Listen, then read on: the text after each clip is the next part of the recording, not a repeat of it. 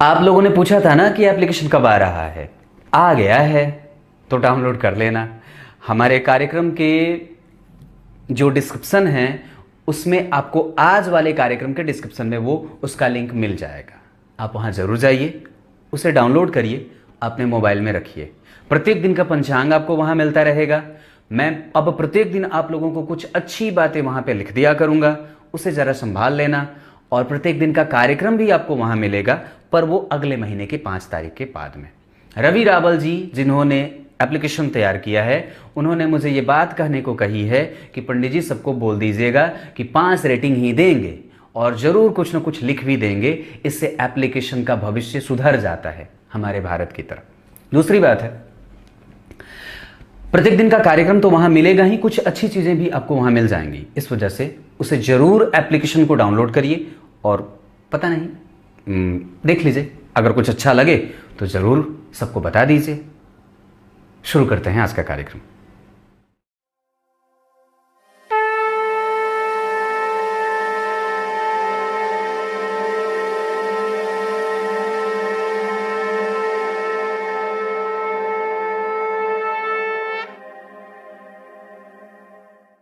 अपरे नियताहाराः प्राणान् प्राणेषु जुह्वति सर्वेप्येते यज्ञविदः यज्ञक्षपितकल्मषाः। प्रिय दर्शकों नमस्कार, एक बार फिर से उपस्थित हूं आप सबके सामने शनिवार के कार्यक्रम में दक्षिणायन के सूर्य के बारे में, वो कैसे परिणाम करते हैं दक्षिणायन जब होते हैं, तो इस पे चर्चा लेकर के शामिल हूं। शुरू करते हैं आज का कार्यक्रम। कहीं नहीं जाना है, बन के रहिएगा अंतिम तक, और कार्यक्रम के आरंभ में बोले गए श्लोक का अर्थ भी बताने वाला हूं। आइए अब आपको सीधे विषय पे लेके आता हूं। बात सिर्फ इतनी सी है, सूर्य, उत्तरायण और दक्षिणायन का प्रभाव आज आपको थोड़ी सी उसके बारे में चर्चा करके बता देता हूं। वास्तव में बात समझने वाली जो है वो ये है कि आपका जन्म उत्तरायण में हुआ है या दक्षिणायन में हुआ है। उत्तरायण में सूर्य होते हैं 21 जून तक, और वहां से उसके बाद वो लेकर के करीब करीब जनवरी के 14-15 जनवरी तक निर्णयन पद्धति से वो जो होते हैं वो होते हैं दक्षिणायन में। मतलब 21 जून से लेकर के मूलतया 22-23 दिसंबर तक वो दक्षिणायन में होते हैं।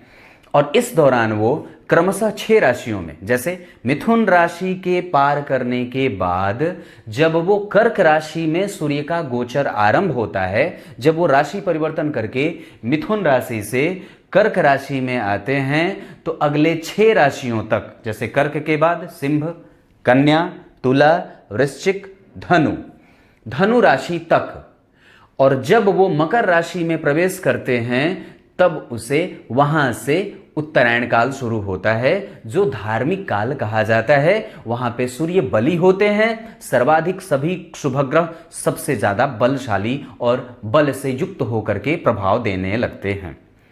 क्रूर ग्रह होने के कारण सूर्य के बहुत ज्यादा मजबूत होने की स्थितियां कई बार जातक के कष्ट का कारण भी बन जाती हैं, क्योंकि वो जहां बैठते हैं उसके अलावा वो जहां भी देखते हैं वहां पे क्रूरता का भाव भी प्रदर्शित करने लगते हैं। अब यहां पे 2-3 बात जो और भी बताने वाली है कि आपकी कुंडली में सूर्य कहां बैठे हैं। ये कहीं भी बैठे हों, चाहे इन राशियों का निर्माण आपकी कुंडली किसी भी लग्न की बनती हो, और इन राशियों का निर्माण जैसे कर्क, सिंह, कन्या, तुला, वृश्चिक और धनु, इन राशियों का निर्माण चाहे कुंडली के किसी भी भाव में हो रहा हो, कोई आवश्यक नहीं कि कर्क राशि आपकी कुंडली के लग्न में ही बनी हो, ये कहीं भी बनी हो, लेकिन सूर्य अगर दक्षिणायन के हैं, मतलब अगर आपका जन्म 21 जून से लेकर के, ध्यान से समझिएगा, अगर आपका जन्म 21 जून से लेकर के 23 दिसंबर तक, या फिर 14 से 15 जनवरी जब वो धनु राशि को छोड़कर के मकर राशि में जाते हैं, तब अगर तब तक हुआ है, इसका मतलब है कि आपका जन्म दक्षिणायन में हुआ है। और उस समय की स्थिति में ये 6 महीने में सूर्य जो होते हैं वो व्यक्ति को भाग्यशाली भी बनाते हैं, भाग्य का लाभ मिलता रहता है। उसका आत्मविश्वास थोड़ा कमजोर भले हो सकता है, उसके रोग प्रतिरोधक क्षमता की स्थिति थोड़ी कमजोर भले हो सकती है, पर व्यक्ति को भाग्य का लाभ मिलता रहता है, व्यक्ति सुख चैन से जीवन जी लेता है। उत्तरायण के सूर्य व्यक्ति की कुंडली में जहां सर्वाधिक जितने भी शुभ ग्रह हैं, चाहे वो गुरु हो, शुक्र हो, बुध हो, चंद्रमा हो, ये सभी शुभ ग्रह उत्तरोत्तर वृद्धि को प्राप्त करने वाले हो जाते हैं। लेकिन जितने भी ग्रह पापक होते हैं, शनि, मंगल, राहु, केतु, ये सभी ग्रह दक्षिणायन में बलवान हो जाते हैं।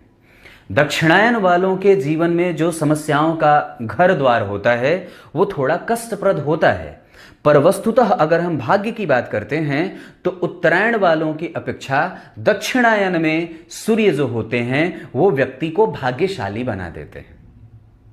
आपके भाग्य का लाभ आपको ज्यादा मिल जाता है और इस दौरान जन्मे लोग आराम से, उनके जीवन में हो सकता है कि उनका संकल्प बहुत बड़ा ना हो, लेकिन यह बात भी देखने में आती है कि जितने ही बड़े लोग हुए हैं या जितने लोगों के जीवन में कष्ट की स्थितियां होती हैं, एक सामान्यतया उत्तरायण का व्यक्ति जन्मा और एक सामान्यतया दक्षिणायन का व्यक्ति जो जन्मा है, उत्तरायण वालों की संकल्प शक्ति बड़ी तीव्र और तिखी होती है, पर दक्षिणायन वालों की थोड़ी कम। वो संतोषी या संतोषप्रद स्थितियों में जल्दी ही अपने आप को स्थिति में प्राप्त कर लेते हैं या स्थिति को प्राप्त हो जाते हैं। तात्पर्य कहने का यह कि सूर्य व्यक्ति की कुंडली में अगर दक्षिणायन का है तो व्यक्ति भाग्यवादी भी होता है और भाग्यशाली भी होता है।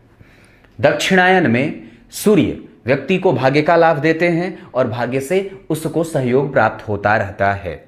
पर दक्षिणायन के बाद अगर किसी व्यक्ति का जन्म उत्तरायण में हुआ है तो उसका आत्मबल बढ़ा हो, उसकी रोग प्रतिरोधक क्षमता मजबूत हो, उसकी इच्छा शक्ति मजबूत हो, उसके अंदर महत्वाकांक्षा के गुण सर्वदा देखे जाते हैं और वो स्वाभिमानी, अभिमानी, तीव्र, उग्र, व्यग्र और थोड़ी चिंताओं से घिरा हुआ भी रहता है, परंतु उसके लक्ष्य ऊंचे होते हैं जिसे उसको प्राप्त करने की तीव्र लालसा हमेशा ही दिमाग में घरती बनती रहती है। ये स्थिति आपकी कुंडली में है तो जरूर ही देख लेना चाहिए कि आपकी कुंडली में सूर्य कहां बैठे हैं। धनु राशि तक के सूर्य व्यक्ति को धार्मिक, उच्चस्थ पदों पे ले जाकर के स्थापित करने वाला, स्वतंत्र व्यवसाय करने वाला, मजबूत इच्छा शक्ति का बनाने वाला। कन्या धनु के बाद अगर वृश्चिक की देखें तो वहां पे थोड़ी सी रोगों की अधिकता भी होती है और उसके बाद यहां तुला में जाकर के वो थोड़े संतुष्ट हो जाते हैं। कई बार सूर्य मेष राशि में उच्च के होते हैं, इसका मतलब है कि वो वहां पे कष्टदायक भी होगा क्योंकि वो संताप देने वाला भी ग्रह हो जाता है। वृषभ राशि में आकर के वो थोड़ा संतुलित होता है। मिथुन राशि में आकर के वो उग्र व्यग्र होकर के वो भुजाओं का बल दिखाता है। कर्क राशि में आकर के अपने आप को शांत कर लेता है, सुंदर हो जाता है, श्रेष्ठ फलों को देने वाला हो जाता है। सिंह राशि में आकर के भी वो थोड़े से चिंतित करने लगते हैं, अपना प्रभाव तीखा देने लगते हैं, खुश भी हो जाते हैं वो। ये स्थितियां ऐसी बनती हैं। तो यहां पे ऐसी स्थिति बन रही है कि अगर आपकी कुंडली में अगर आपका जन्म, आपको तो पहले यह पता करना होगा कि आपका जन्म 21 जून और 14 जनवरी या 22 दिसंबर तक है। अगर इसमें आप जन्मते हो, आपका जन्म अगर दक्षिणायन में हुआ है तो सूर्य आपकी कुंडली में किस राशि में बैठे हैं ये देख लीजिए कि इन 6 महीने में वो कहां बैठे होते हैं। उसके बाद जैसे जून से लेकर के जुलाई तक, फिर जुलाई से अगस्त, अगस्त से सितंबर, सितंबर से अक्टूबर, अक्टूबर से नवंबर, नवंबर से दिसंबर, जून से जुलाई, जुलाई से अगस्त, अगस्त से सितंबर, सितंबर से अक्टूबर, अक्टूबर से नवंबर, नवंबर से दिसंबर। ये बात यहां तक खत्म। उसके बाद जैसे ही जनवरी आती है तो उसके बाद वो मकर राशि में चले जाते हैं, तो वो भाग्यशाली और भाग्य का निर्माता हो जाता है। बस इतनी सी बात थी, सोचा आपको बता दूं। तब तक के लिए इजाजत दीजिए। अब कार्यक्रम के आरंभ में बोले गए श्लोक का अर्थ बता देता हूं। गीता जी के 4 अध्याय के 30वें श्लोक में भगवान ने बात कही है। क्या कही है? ममता, आसक्ति और फल की इच्छा से मुक्त होकर के या इसको अपने जीवन से प्रत्येक पल हटा करके और प्राणायाम करके अगर जो ईश्वर को आराधित करता है वो स्वयं ही यज्ञ के सदृश यज्ञ को करने वाला हो जाता है। ये प्राणायाम जिसकी महत्ता काफी बताई गई है हमारे सद्ग्रंथों में, ये हमें निरंतरता से अपने प्राणों को प्राण में ही हवन के द्वारा ईश्वर के निकट ले जा करके खड़ा कर देती है। बस इतनी सी बात है। मतलब ये जो प्राणायाम होता है, ये भी अगर हम उसमें ईश्वर की इच्छा शक्ति, ईश्वर को प्राप्त करने की इच्छा शक्ति से युक्त होकर के या निर्विकार ईश्वर को आराधित करके अगर हम उसका स्मरण करता हुआ ये काम भी कर लेते हैं तो वो भी यज्ञ ही होता है। बस इतनी सी बात है। तब तक के लिए इजाजत दीजिए, कल एक बार फिर से उपस्थित होंगे आप सबके सामने। तब तक के लिए बहुत बहुत नमस्कार।